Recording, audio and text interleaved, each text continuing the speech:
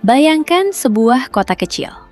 Bukan kota yang berdiri di atas tanah, tidak punya jalan raya, tidak punya gedung pemerintahan, tidak punya supermarket di pinggir jalan, dan yang paling unik, kotanya bisa bergerak. Di dalamnya ada ribuan orang yang tidur, makan, bekerja, berenang, berolahraga, menonton pertunjukan, bahkan bermain seluncuran air. Sementara seluruh kota itu sedang melaju di tengah lautan. Namanya Icon of the Seas.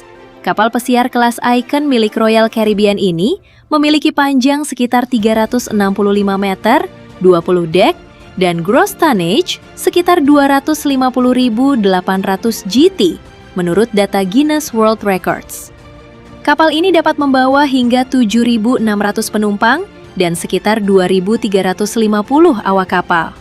Artinya, kalau kapasitas maksimum terisi, jumlah manusia di dalamnya bisa mendekati 10.000 orang.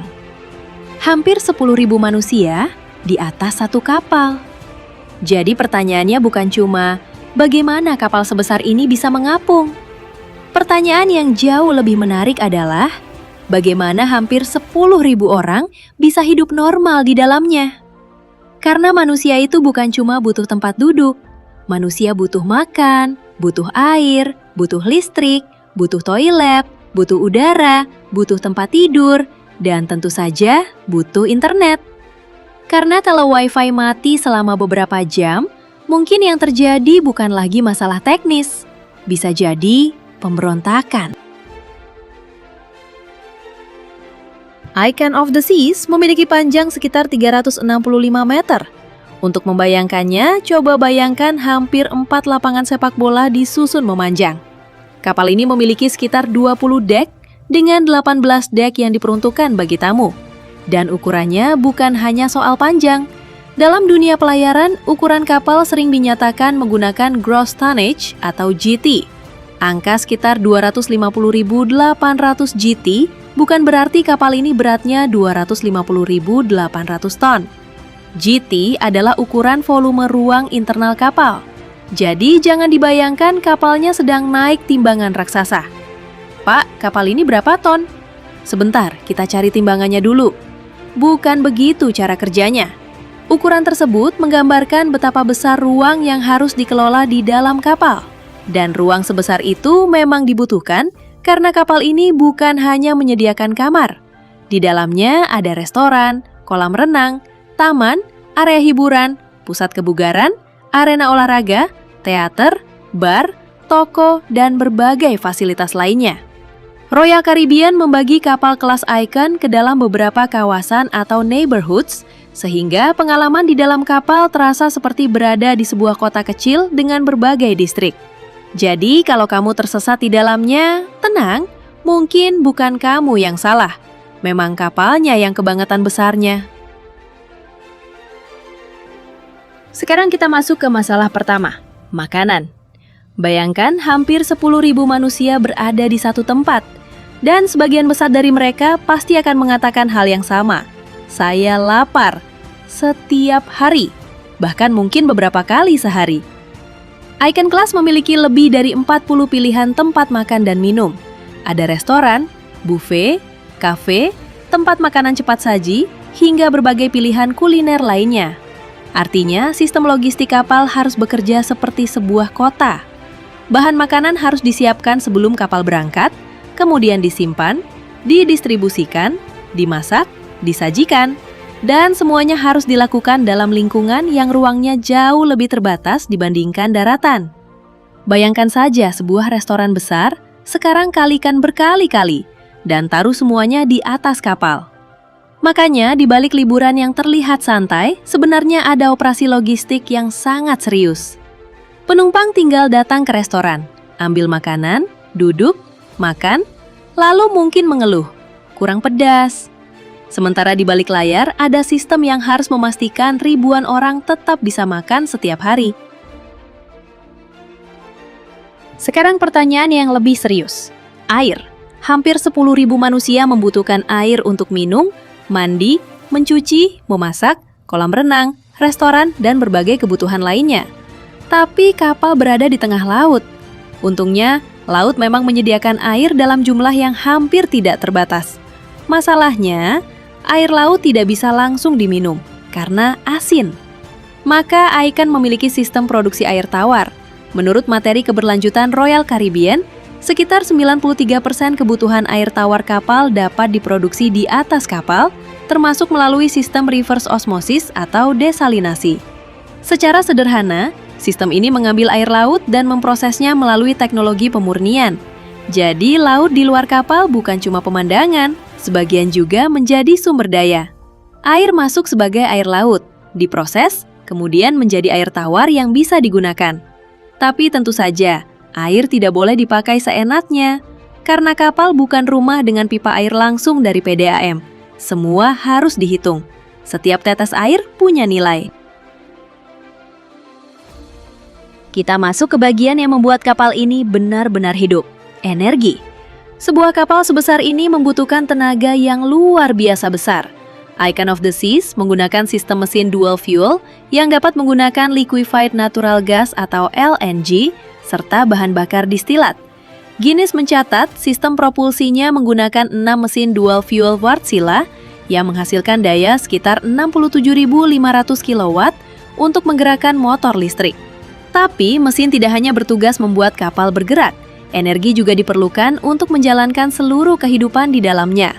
Lampu, pendingin udara, lift, dapur, pompa air, sistem pengolahan air, hiburan, kolam, dan tentu saja ribuan perangkat elektronik milik penumpang yang entah kenapa semuanya harus di-charge bersamaan. Royal Caribbean juga menyebut Icahn memiliki berbagai teknologi efisiensi energi, termasuk waste heat capture dan air lubrication system untuk membantu mengurangi kebutuhan energi. Jadi, kapal ini bukan sekedar memasang mesin besar lalu berkata, gas terus. Ada banyak sistem yang dirancang untuk membuat energi yang digunakan lebih efisien. Sekarang bayangkan sebuah bangunan sepanjang 365 meter. Lalu, letakkan bangunan itu di atas air. Kemudian, suruh dia menghadapi gelombang. Kedengarannya seperti ide yang agak nekat, tapi kapal memang dirancang untuk menghadapi kondisi laut. Badan kapal memiliki bentuk khusus agar mampu menghasilkan daya apung dan mempertahankan stabilitas. Selain itu, kapal modern memiliki berbagai sistem untuk membantu mengendalikan gerakan kapal. Tujuannya bukan membuat kapal tidak bergerak sama sekali, itu mustahil. Tujuannya adalah menjaga gerakannya tetap dalam batas yang aman dan nyaman. Karena kalau kapal sebesar ini bergerak liar, penumpangnya bukan cuma mabuk laut, buffetnya juga bisa ikut pindah tempat. Icahn of the Seas memiliki sekitar 2.805 staterooms atau kamar. Dengan kapasitas maksimum sekitar 7.600 penumpang, desain kamar menjadi bagian penting dari bagaimana ribuan orang bisa tinggal di dalam kapal.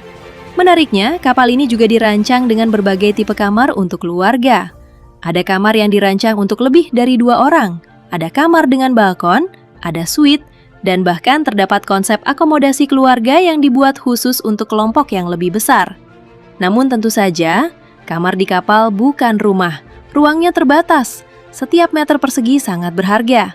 Karena itu, desain kapal harus sangat efisien. Koridor, tangga, lift, pintu, kamar, restoran, semuanya harus ditempatkan dengan perhitungan yang sangat detail. Salah satu hal paling menarik dari Icahn Class adalah konsep neighborhood. Royal Caribbean membagi pengalaman di kapal ke dalam beberapa kawasan dengan karakter berbeda. Ada Thrill Island, tempat berbagai aktivitas ekstrim berada. Ada Chill Island, yang fokus pada kolam dan area santai. Ada Surfside, yang dirancang khusus untuk keluarga. Ada Aquadome, ada Central Park, ada Sweet Neighborhood, dan kawasan lainnya. Jadi secara psikologis kapal ini tidak dibuat agar terasa seperti satu bangunan raksasa, tetapi seperti kumpulan lingkungan, mirip kota. Pagi hari kamu bisa pergi sarapan, siang berenang, sore olahraga, malam menonton pertunjukan, lalu makan lagi. Dan kalau masih punya energi, silahkan naik water slide. Kalau setelah semua itu kamu masih belum capek, saya curiga kamu bukan manusia biasa. Nah, ini bagian yang tidak terlalu instagramable, tapi justru sangat penting. Karena hampir 10.000 orang bukan hanya menghasilkan makanan dan kenangan, mereka juga menghasilkan limbah. Air limbah harus diproses, sampah harus dikelola, sisa makanan harus ditangani, dan semuanya harus dilakukan tanpa menjadikan kapal sebagai tempat sampah terapung. Menurut materi keberlanjutan Royal Caribbean, Icon dilengkapi sistem pengolahan air limbah, program pengelolaan sampah, dan sistem waste to energy. Royal Caribbean juga menyatakan bahwa kapal dirancang agar sampah yang dihasilkan dapat didaur ulang, digunakan kembali, atau diarahkan ke fasilitas waste to energy melalui program mereka. Bahkan ada sistem untuk menangani sisa makanan. Jadi ketika ribuan orang makan, yang tersisa tidak sekedar dibuang begitu saja. Karena di kapal sebesar ini, sedikit saja pemborosan yang dilakukan oleh ribuan orang bisa berubah menjadi jumlah yang sangat besar. Nah, sekarang kita sampai pada kelompok yang sering tidak terlalu terlihat oleh wisatawan, para kru. Jumlahnya sekitar 2.350 orang. Mereka berasal dari berbagai negara dan menjalankan berbagai pekerjaan. Ada kapten, perwira, teknisi, koki, pelayan, housekeeping, petugas keamanan, tim hiburan, tenaga medis, petugas kebersihan, dan banyak fungsi lainnya. Tanpa mereka, kapal sebesar ini pada dasarnya hanya akan menjadi bangunan mewah yang mengapung. Royal Caribbean bahkan secara khusus mendesain area kehidupan kru karena kru adalah bagian penting dari operasional kapal. Jadi ketika penumpang sedang tidur nyaman di kamar, di bagian kapal yang lain ada orang yang masih bekerja. Ketika penumpang sedang sarapan, ada orang yang sedang menyiapkan sarapan. Ketika penumpang selesai berenang, ada orang yang memastikan area tersebut tetap aman dan bersih. Dan ketika kita melihat kapal ini dari luar, yang terlihat hanyalah bangunan raksasa. Padahal di dalamnya ada ribuan manusia yang membuat seluruh sistem itu tetap berjalan. Jadi, bagaimana hampir 10.000 orang bisa hidup di atas satu kapal? Jawabannya bukan karena ada satu teknologi ajaib, melainkan karena puluhan sistem bekerja secara bersamaan. Air diproduksi dan dimurnikan, makanan disimpan dan didistribusikan, energi diproduksi dan dikelola, limbah diproses, mesin menggerakkan kapal, sistem navigasi menjaga kapal tetap berada di jalurnya, kru menjalankan operasi selama 24 jam. Dan seluruh ruang kapal dirancang untuk menampung kehidupan manusia dalam skala yang luar biasa besar. Itulah mengapa kapal pesiar modern sebenarnya lebih tepat dipandang sebagai sebuah kota terapung. Coba kita kembali ke angka tadi, hampir 10.000 manusia, satu kapal, 365 meter panjangnya, 20 dek, ribuan kamar, puluhan restoran dan tempat makan, 7 kolam, 9 whirlpool, 6 water slide besar, sistem produksi air tawar, pengolahan limbah, mesin berdaya puluhan megawatt, dan ribuan kru yang memastikan semuanya berjalan.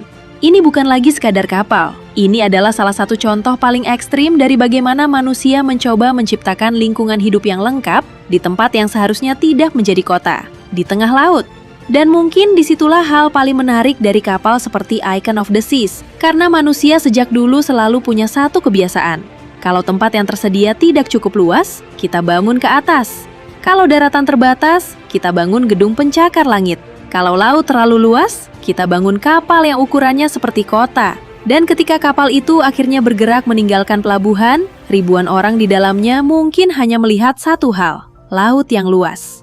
Tapi kalau kita melihat lebih dekat, kita sebenarnya sedang melihat sesuatu yang jauh lebih rumit. Sebuah sistem kehidupan buatan. Sebuah kota yang tidak memiliki jalan raya, tetapi punya koridor. Tidak memiliki sungai, tetapi punya jaringan pipa. Tidak memiliki pembangkit listrik di daratan, tetapi memiliki sistem energi sendiri. Tidak memiliki tempat pembuangan sampah, tetapi memiliki sistem pengolahan sendiri. Dan yang paling gila, seluruh kota itu bisa berpindah dari satu negara ke negara lain. Jadi lain kali ketika melihat kapal pesiar raksasa melintas di laut, jangan hanya berpikir, wah gede banget. Karena di balik badan kapal yang terlihat seperti gedung berjalan itu, ada ribuan manusia. Ada makanan, ada air, ada listrik, Ada mesin, ada limbah, ada teknologi, dan ada sebuah sistem logistik yang harus bekerja hampir tanpa henti. Karena untuk membuat hampir 10.000 manusia hidup nyaman di tengah laut, ternyata tantangannya bukan cuma bagaimana membuat kapal tetap mengapung. Tantangan sebenarnya adalah bagaimana membuat sebuah kota tetap hidup ketika kota itu sedang bergerak di atas lautan.